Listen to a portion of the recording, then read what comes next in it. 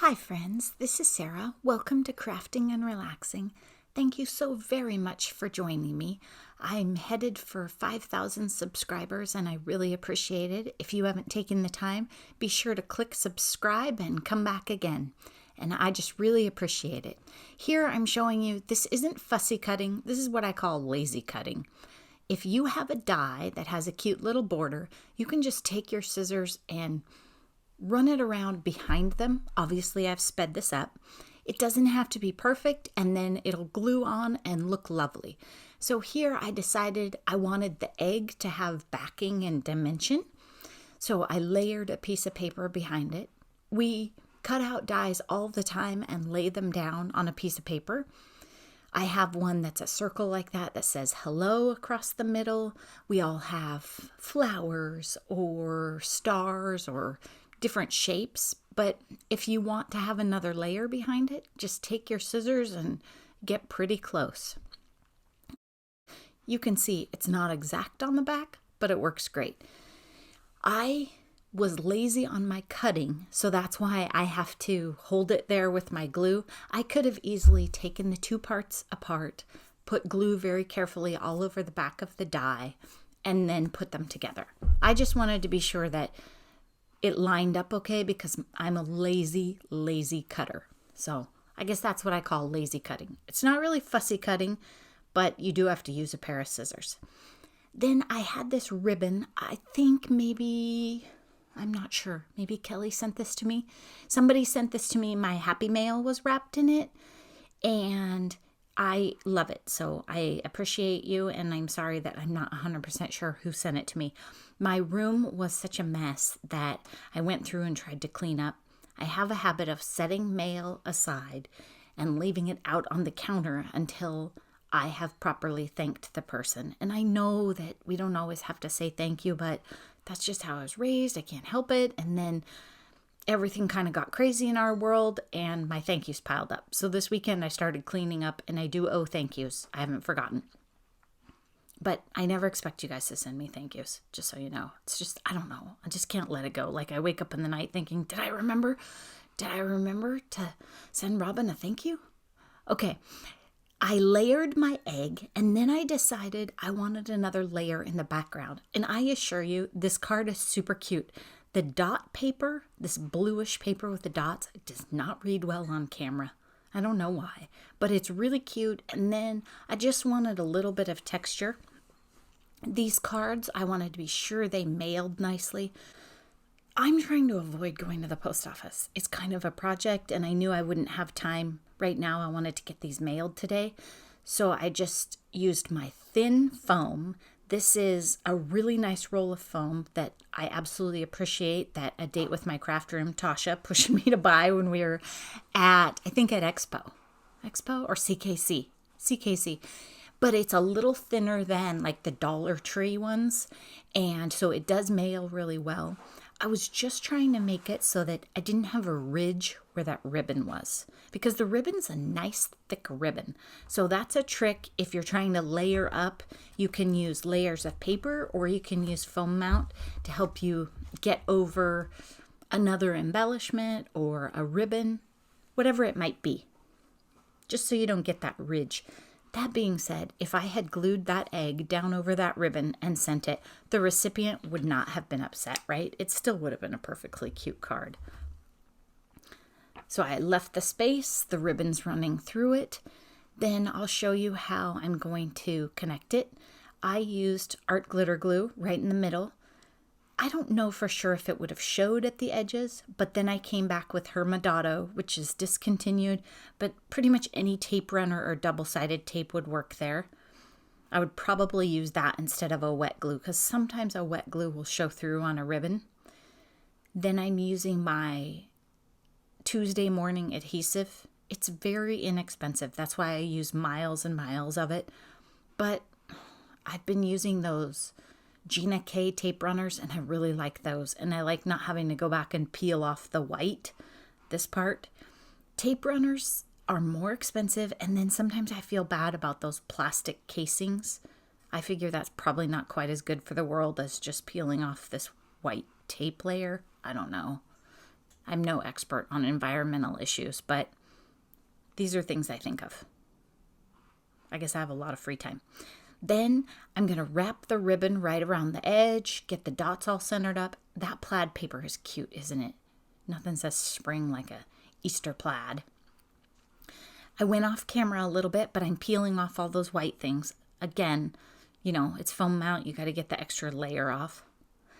I've gotten better about using my pokey tool because my nails are so destroyed from having shellac on them during my vacation.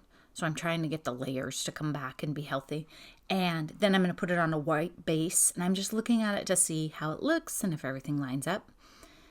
Then I peel off the edges and wrap the ribbon and stick it down on there. And then I'll show you, I'm going to add another layer just to be sure. And that ribbon's thick, so I trim the edge so I don't have a big ridge in the middle. And then middle, and then here I'm going to tuck it right under the edge so that ribbon has something else to stick to besides just the very edge of adhesive. There is no perfect amount of adhesive to put on a card or perfect placement. Some of it is preference and style. And if I put a bunch of heavy embellishments on something, this one I wouldn't call heavy, but if I had like paint skins and big enamel dots, I don't know, bunch of stuff, then I would probably use more adhesive. That one I was just trying to make sure that ribbon didn't fight me. Then we're moving on to the second card. I was sort of thinking about the second card and laying the parts out as I went. These are going to the same household, so I didn't want them similar at all. If you're sending out cards and they're going to different families, you could make them pretty much like assembly line, more like you might do Christmas cards. But these were going to the same household, so I wanted them completely different. Then I'm using the paper. This is that Authentique pad, and it is so cute. Don't you just love it? I'll check the name.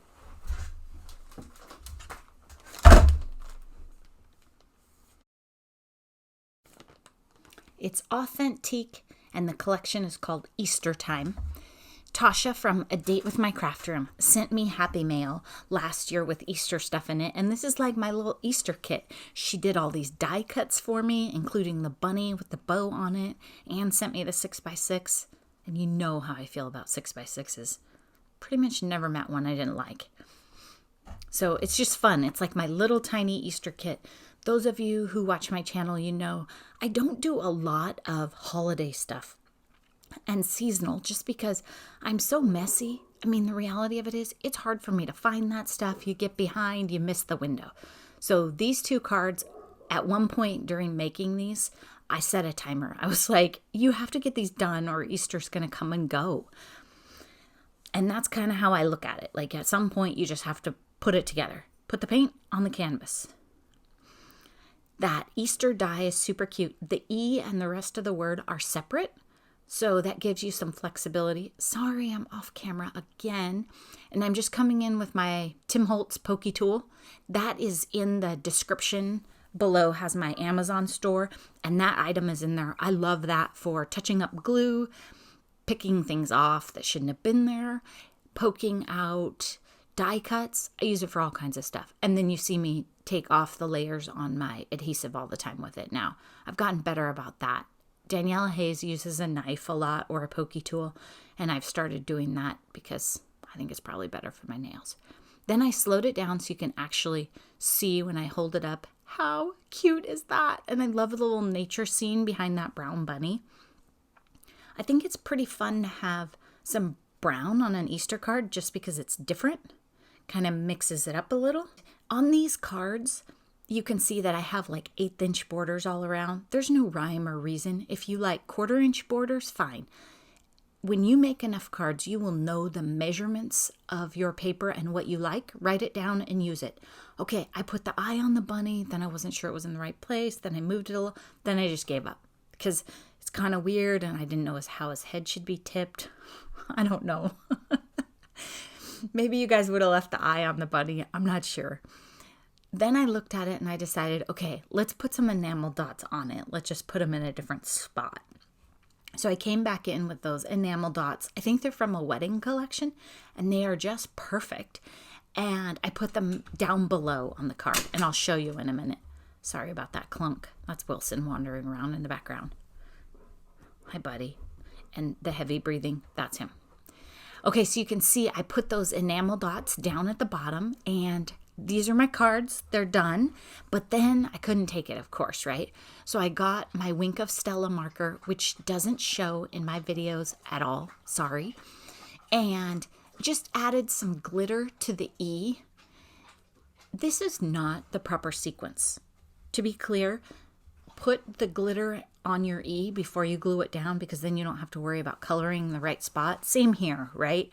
If I don't color carefully, I'm going to get it on the actual egg. But I just thought those flowers could use some Wink of Stella.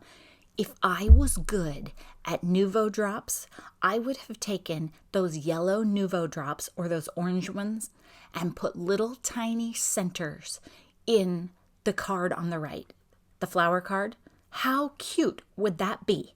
Then I looked through my enamel dots and I couldn't find any that I thought were small enough or just the right color. I had some pinks, but they were too bright. So if you're good at Nouveau drops, that would be a great example of where they would be gorgeous. Thanks so much for watching. I hope you're taking time for crafting and relaxing. Bye-bye.